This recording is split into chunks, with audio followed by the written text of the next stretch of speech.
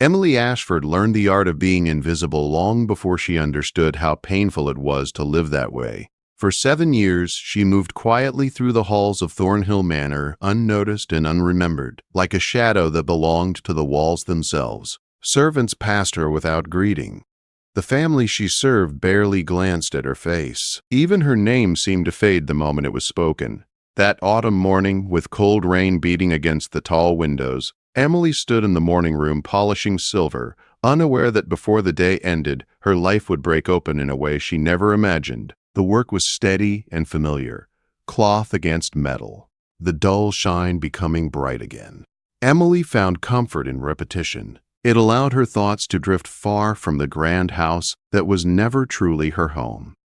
Few people knew that before she became a maid, she had lived a very different life. Her father had been a scholar, a translator who spoke several languages with ease. Their small cottage had once been filled with books and candlelight, with foreign words spoken softly into the night. He taught her everything he knew, not out of ambition, but love. Then he died. A fever took him in 3 days. Emily was 17, alone and penniless. Thornhill Manor needed a scullery maid, and she needed food. That was how her life among the invisible began. Over time, she worked her way up to housemaid, though the change meant little more than cleaner hands and access to brighter rooms. The Duke of Blackwood never noticed servants. To him, they were part of the house itself, necessary but unseen.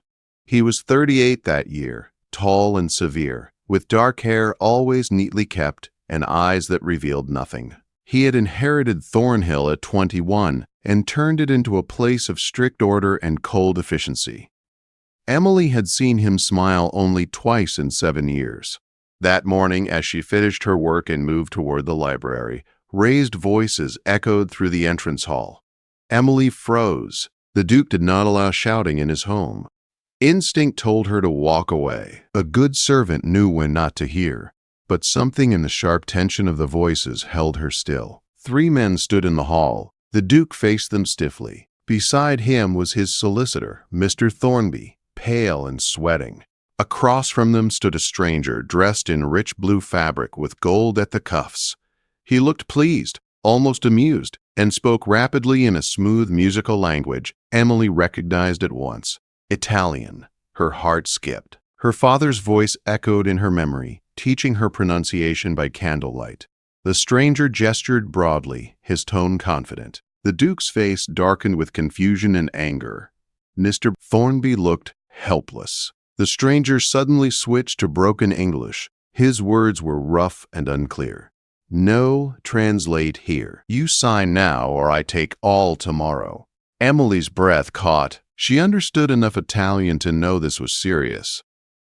The man was speaking of property, of claims and old agreements. He smiled like someone who already believed he had won. The Duke and his solicitor could not understand him fully. They were trapped, unable to argue properly or defend themselves. Emily saw something on the Duke's face she had never seen before: fear. Before she could stop herself, Emily stepped forward. "Your Grace," she said softly. All 3 men turned. The Duke looked at her as if trying to remember whether he had ever seen her before. She curtsied, her heart pounding. "I speak Italian," she said. "If you require a translator, I can help." Silence fell heavy in the hall. "You speak Italian," the Duke said flatly. "Yes, Your Grace. My father was a translator." "Prove it." Emily turned to the stranger and spoke in Italian, clear and calm, asking his name and his purpose. The man blinked in surprise, then smiled. He introduced himself as Count Alessandro Reiki from Naples. Emily translated his words carefully.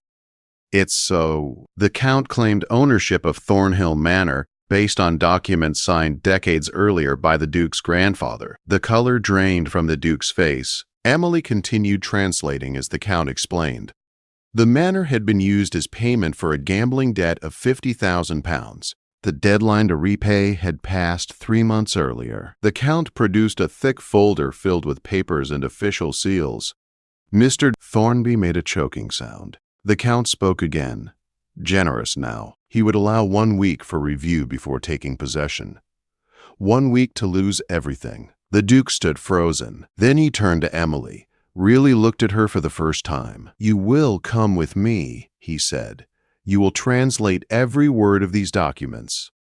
Emily nodded. The Count left with confidence, murmuring something in Italian meant only for her ears. He hinted that once the manor was his, she would be more useful. Emily did not translate that. In the Duke's study, Emily sat in a leather chair she had cleaned many times but never used. The fire burned low as she read aloud page after page of Italian legal text. The story unfolded slowly. The gambling night, the debt, the contract. Then Emily paused. "There is a clause," she said. "The debt could be forgiven if fraud or cheating could be proven." Hope flickered in the Duke's eyes, but it was fragile. The events were over 30 years old. Witnesses were likely dead. "My grandfather kept journals," the Duke said. "If there was wrongdoing, he may have written about it." "I can help search," Emily said quietly. He studied her. "Why would you help me?" she answered honestly. "Because it matters. This place matters. And losing it this way is wrong." Something shifted in his expression. They worked until night fell. When Emily finally left, her mind raced. She had stepped out of the shadows. She had been seen, and she feared there would be no way back. Emily barely slept that night. The wind pressed against the small window of her room, and every sound of the old house settling made her heart jump. By morning, she dressed in her plainest work clothes and carried a lamp down to the east wing where the estate archives were kept. The room was cold and windowless, lined with shelves that reached the ceiling. Dust lay thick on boxes and books untouched for years. She worked slowly and carefully, opening journals from the years surrounding the gambling debt. The old Duke's handwriting filled page after page with details of dinners, crops, guests, and weather. Hours passed with nothing but disappointment. Emily's hope began to thin, but she forced herself to keep going. Then she found it. A journal dated April 1794 lay open on the table. One entry made her hands tremble as she read. The old Duke had written that Count Ricci's father cheated at cards. He wrote that he had been drunk, desperate, and afraid. He admitted he signed papers in a language he barely understood. He called himself a fool and begged forgiveness for gambling away his family's future. Emily sat back, her breath shallow. This was not proof yet, but it was truth. And truth could lead to justice. She marked the page and kept reading. Another entry spoke of rumors. Antonio Ricci was known as a cheat in certain circles. Protected by wealth and foreign courts, he could not be challenged easily. Emily gathered the journals just as footsteps echoed behind her. "So," a smooth voice said, "the little maid becomes a scholar." Emily turned sharply. Count Ricci stood in the doorway, calm and confident. "These archives are private," she said. He smiled. "Soon they will be mine." He stepped closer, his eyes flicking to the open journal. Emily moved instinctively to block it. "You think dusty words can save Thornhill," he said. "Even if my father cheated, the contract stands." He leaned closer. "But I admire your loyalty. When I take this estate, you could serve me instead." "I would not ignore your talents." Emily's voice stayed steady. "I will not serve you," he laughed softly. "Loyalty to a losing man is a poor investment." Then he left, his footsteps unhurried. Emily's hands shook as she gathered the evidence and hurried to the Duke's study. He listened closely as she explained everything. His jaw tightened at the Count's intrusion. "He is trying to frighten you," the Duke said. "And you," Emily replied. They reviewed the journal entries together. Hope returned, cautious but real. The Duke ordered letters written at once to Italian courts and the Clarence Club in London. Emily translated every word, but whispers had begun in the house. The housekeeper warned the Duke of gossip, a maid spending hours alone with him, closed doors, raised voices, appearances. Emily offered to step back. "I cannot," the Duke said. "I need you." The words struck deeper than he knew. That evening, as rain darkened the windows, the Duke spoke without looking at her. "I have lived by duty alone for years. I forgot how to see people. You remind me. Emily felt something dangerous grow between them, something neither dared name. The next morning brought news. The Clarence Club still had records from the night of the card game. Copies were on the way. Then Count Raichi returned. His tone had changed. He knew they were investigating. He offered a bargain. Surrender now and leave with dignity. Fight and be ruined. The Duke wavered. Emily did not. This is who you are, she said. A man who does not surrender. Her words steadied him. That night, fire broke out in the stables. Flames climbed into the sky as servants shouted and horses screamed. The Duke took command, hauling water, shouting orders, saving lives. Emily saw a man watching from the shadows, a footman, paid by the Count. The traitor was seized and taken away, but damage had already been done. When the fire died, Emily ran to the archives. Count Reiki was there. Burning papers. You are too late, he said calmly. Before she could speak, the Duke appeared. This time, Reichi's smile faltered. The Duke spoke of sealed testimony, of Italian magistrates, of proof arriving by morning. For the first time, fear crossed the Count's face. When silence returned, Emily and the Duke stood amid ash and smoke. Thornhill still stood, but the fight was not over yet. The night after the fire felt heavier than any that came before it. Smoke still clung to the air, and the smell of burned wood drifted through the open windows of Thornhill Manor. Emily sat in the Duke's study with her hands folded in her lap, too tired to speak, too restless to leave. Across from her, the Duke stood near the hearth, staring into the low flames as if searching for answers there. Neither of them spoke for a long time. At last, the Duke broke the silence. If the evidence arrives tomorrow as promised, Count Raichi will be finished here. Emily nodded. And if it does not? He turned to her then, and she saw the truth in his eyes. Then I will still fight. But I will not pretend anymore. I am afraid, Emily. I have been afraid since this began. She rose slowly and stepped closer.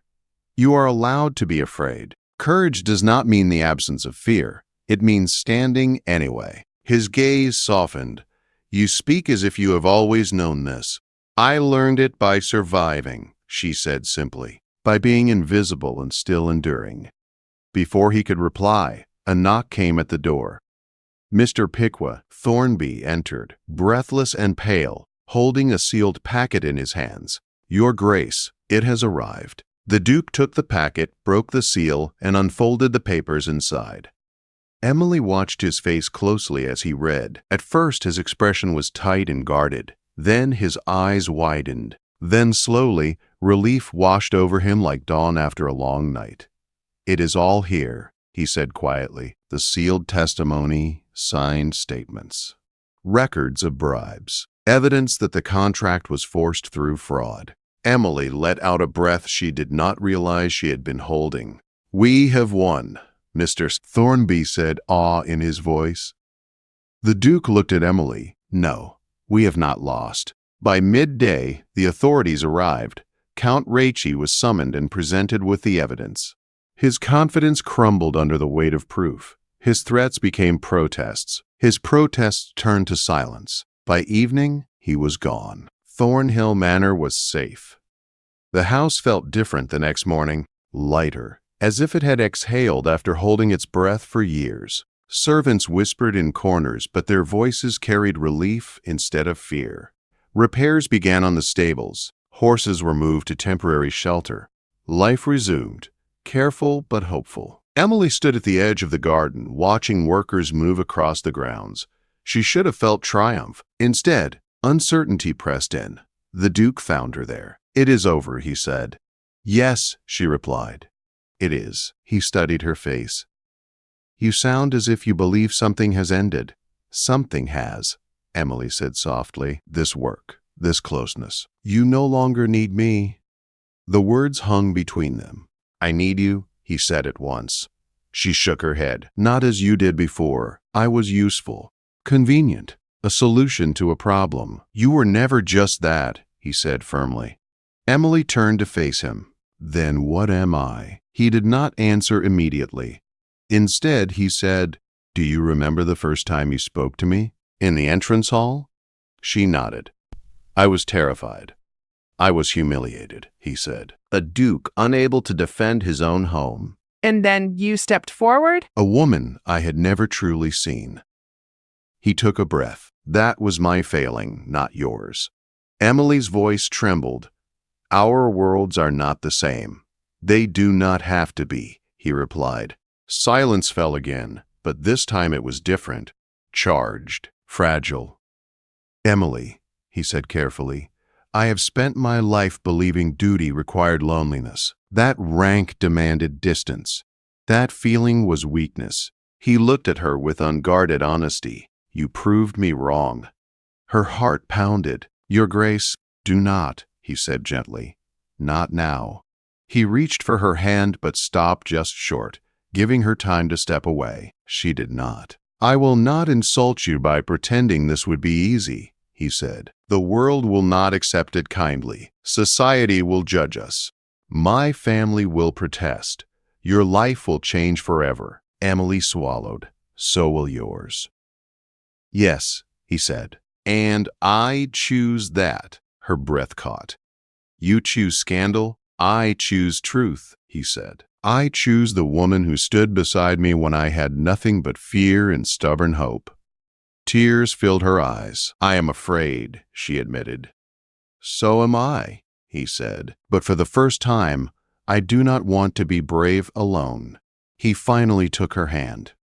Emily felt the weight of the moment press down on her. The past years of silence, the nights of loneliness, the belief that she was meant to remain unseen. She thought of her father, of words as bridges. Yes, she said. The word was quiet, but it changed everything. They married a week later in the small chapel on the grounds. There was no grand celebration, no crowded pews, only a handful of witnesses in the soft light of stained glass casting color across stone walls. Emily wore a simple dress. The Duke wore no decorations beyond his name. When they spoke their vows, there was no doubt in either of them. The world outside Thornhill reacted exactly as expected. Some were shocked, some were cruel, some refused to visit or write. Others watched closely, waiting for the marriage to fail. It did not. Emily learned quickly. She learned how to host, how to speak, how to hold her ground with grace. She did not pretend to be something she was not. She carried herself with quiet strength, the same strength that had carried her through invisibility. The Duke stood beside her always, not in front, not behind. Together, they rebuilt the stables. Together, they walked the estate at dawn. Together, they listened to tenants and servants alike. And sometimes, in the evenings, they sat in the library while rain tapped against the windows, reading aloud in different languages, voices blending, words bridging every distance that once stood between them. Emily was no longer invisible. She was seen, and she was home.